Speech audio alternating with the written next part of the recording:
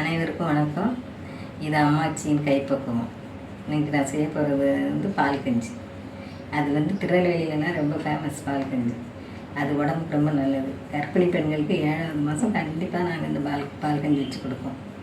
அது மற்ற எல்லாருமே குழந்தையிலேருந்து பெரிய ஆள் வரை சாப்பிடலாம்.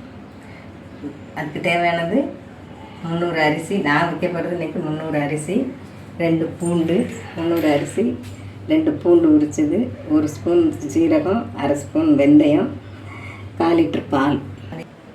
இப்போ நான் பால்கஞ்சி எப்படி வைக்கிறதுங்கிறது சொல்கிறேன் பாருங்கள். கேஸ் பற்ற வச்சுடுங்க. கேஸ் பற்ற வச்சுட்டு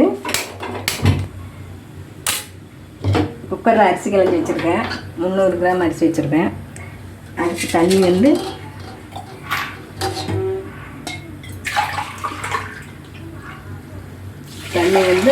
200க்கு 600 தண்ணி வைக்கணும்.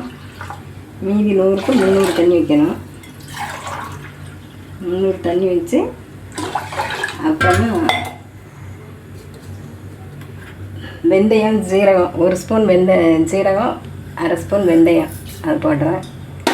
அப்புறம் 2 பூண்டு, இப்போ நல்ல பெரிய பூண்டை உரித்து வச்சுருக்கேன், அதையும் போடுறேன். போட்டுட்டு குக்கர் மூடி வச்சுட்டு ஸ்டீம் அந்த ஆவி வந்த உடனே வெயிட்டை போட்டுட்டு 15 நிமிஷம் சிம்மில் வைக்கணும். இப்போ குக்கர் வச்சுட்டேன். அது ஒரு ஆவி வந்த உடனே வெயிட்டை போட்டு 15 நிமிஷம் சிம்மில் வச்சுருங்க. 15 நிமிஷம் ஆயிடுச்சு.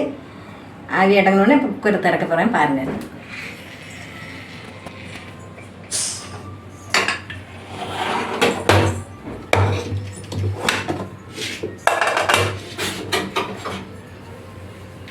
இப்போ நல்லா வெந்திருக்கு. இது கரண்டிட்டு நல்லா கிண்டி விடணும்.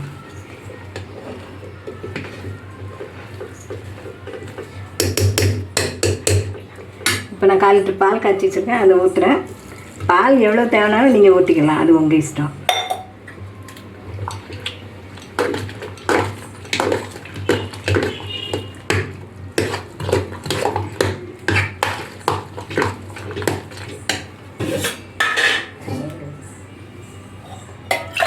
அது உங்களுக்கு ரொம்ப கெட்டியாக இருந்தால் கொஞ்சம் வெந்நீர் வச்சு ஊற்றிக்கலாம். குடிக்கிற அளவுக்கு வச்சுக்கிடுங்க. டம்ளரில் ஊற்றி குடிக்கிற அளவுக்கு கஞ்சி தண்ணி விட்டு வச்சுக்கிடுங்க.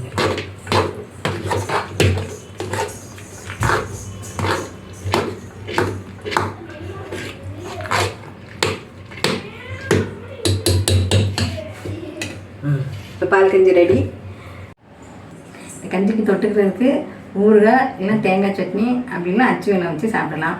இந்த பெரியாலேருந்து சின்ன பசங்க வர சனி ஞாயிறில் எண்ணெய் வச்சு குடிச்சிட்டு இந்த கஞ்சி வச்சு சாப்பிட்டா ரொம்ப நல்லது சூட்டுக்கு, உடம்புக்கு.